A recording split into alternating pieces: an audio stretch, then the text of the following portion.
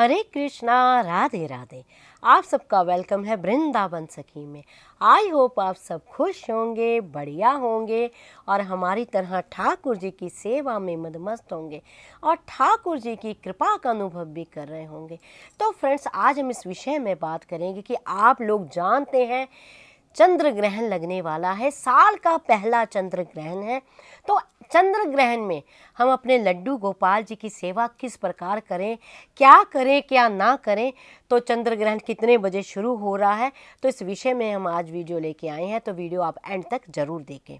तो फ्रेंड्स, जैसे कि आप लोग जानते हैं चंद्र ग्रहण लगने वाला है और साल का पहला ग्रहण है। हाँ, ये बात भी सत्य है कि ये चंद्र ग्रहण भारत में दिखाई नहीं देगा। हाँ, लेकिन ये खगोलिक घटना है। ये घटना हमारे ब्रह्मांड में हो रही है और ब्रह्मांड एक है और चंद्रमा भी एक है। हाँ, ये बात अलग है कि ये यूरोप के देशों में दिखाई देगा, हिंदुस्तान में दिखाई नहीं देगा, पर ये चांद तो एक ही है और उसका प्रभाव हम पे है। और हमारा ब्रह्मांड भी, पूरा विश्व का ब्रह्मांड भी एक है। तो ब्रह्मांड में कुछ भी घटना घटती है तो उसका प्रभाव हमारे ऊपर होता है। जिस प्रकार मैंने पहले भी आपको कई बार बोला है कि अगर हमारे पड़ोस में कुछ होता है तो होता तो पड़ोस में है, लेकिन उसका प्रभाव हमारे घर में भी होता है, सुखद हो या दुखद हो। अगर किसी घर में कोई खुशी होती है तो हम कहते हैं वाह, उसके घर में तो आज खुशी का दिन है। अगर किसी के घर में भगवान ना करे कोई दुख का कारण होता है तो कुछ उदासी हमारे मन में भी आती है। तो इसी प्रकार जो साल का पहला चंद्र ग्रहण लग रहा है, और सबसे बड़ी बात, महासंयोग क्या हो रहा है, उस दिन है पूर्णमासी, पूर्णिमा है उस दिन, वैशाख पूर्णिमा। और सबसे बड़ी बात, बुद्ध पूर्णिमा भी उसको कहा जाता है, यानी महासंयोग बन रहा है। तो हमें ऐसे में करना क्या है, हमें अपने गोपाल जी की सेवा कैसे करनी है। तो देखिए, सबसे पहली बात, तो चंद्र ग्रहण लग रहा है वो रात्रि को लग रहा है। तो रात्रि को 8:44 पे चंद्र ग्रहण शुरू होगा और रात्रि 1:02 पे ये समाप्त हो जाएगा। तो ऐसे में आपको क्या करना है, आपको जो भी खाना है, जो भी आपको कार्य करने हैं, तो आप प्रयास करें कि आप 8 बजने से पहले पहले इसको खाने को आप खा लें। आगे पीछे आप लेट खाते होंगे तो कोई बात नहीं, चंद्र ग्रहण है तो आप पहले खा सकते हैं। या आप गर्भवती महिला हैं तो आप प्रयास करें कि आप आराम से लेट जाएं, सोएं नहीं।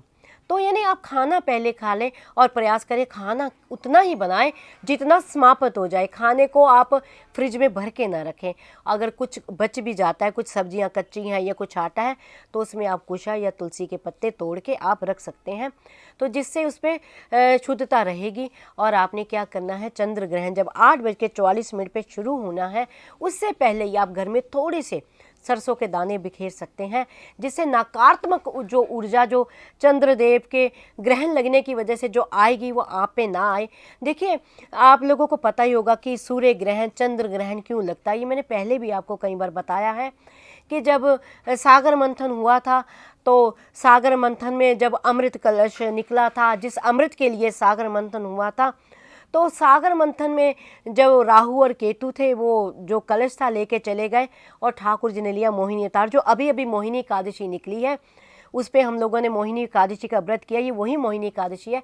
तो ठाकुर जी ने राहु केतु से लेके देवताओं को जो अमृत पिलाया था, और राहु केतु ने जब राहु देवता बन के बीच में बैठ गया और चंद्र सूर्य भगवान ने देख लिया, उन्होंने कहा प्रभु ये तो देवता के रूप में बैठे हैं। तो ठाकुर जी ने सुदर्शन चक्र चलाया और उनकी गर्दन को काट दिया। तो फिर जो कथाओं में आता है, इसी बात का वर्णन आता है कि राहु और केतु की छाया जो है चंद्र और सूर्य पे पड़ती है, तब सूर्य ग्रहण और चंद्र ग्रहण लगता है। तो ऐसे में जो हमारे चंद्र देवता है उनको बहुत ही कष्ट होता है। और सबसे विशेष बात का आप ये भी ध्यान रखना कि पूर्णमासी का जो लोग व्रत करते हैं, चंद्रमा को जो अर्घ देते हैं, वो अर्घ आपने हो सके तो चंद्रमा 6, साढ़े 6 बजे निकल आता है, जो आप अलग अलग शहरों का अलग अलग हिसाब होता है, तो आप 7 बजे से पहले पहले चंद्रमा को अर्घ देके अपनी पूजा को समाप्त कर लें। यानी आप चंद्र ग्रहण में चंद्र देवता को अर्घ ना दें। तो किस प्रकार आपने अर्घ देना है, किस प्रकार, उस पर भी मैंने डिटेल में वीडियो बनाया हुआ है, आप जाके देख सकते हैं। चंद्रमा को कभी भी प्लेन अर्घ नहीं देना चाहिए। चंद्रमा के अर्घ में आपको दूध, चावल, पुष्प इत्यादि मीठा डाल के अर्घ देना चाहिए। तो अब गोपाल जी को भी आप 8 बजे से पहले, यानी 7, साढ़े 7 बजे गोपाल जी को भरपेट खाना खिला दीजिए और खाना खिला के ठाकुर जी को सुला दीजिए। यानी ठाकुर जी ग्रहण के दौरान ठाकुर जी सोए रहें, ये प्रयास आप करें। और आपने भी नेचुरली रात्रि का ग्रहण है तो आप भी उसके बाद सो ही जाएंगे। तो आपने जब सुबह उठना है, एक नींबू ले लीजिए, नींबू के टुकड़े काट के घर के चारों कोनों पे आप रख दीजिए। और जब सुबह आप उठेंगे तो प्रयास कीजिए कि आप उठते ही जो नींबू है वो आप हाथ में कोई लिफाफा या किसी कपड़े से उस नींबू को आप उठाइए और उठा के आप घर के बाहर कहीं फेंक दीजिए और आप स्नान कीजिए।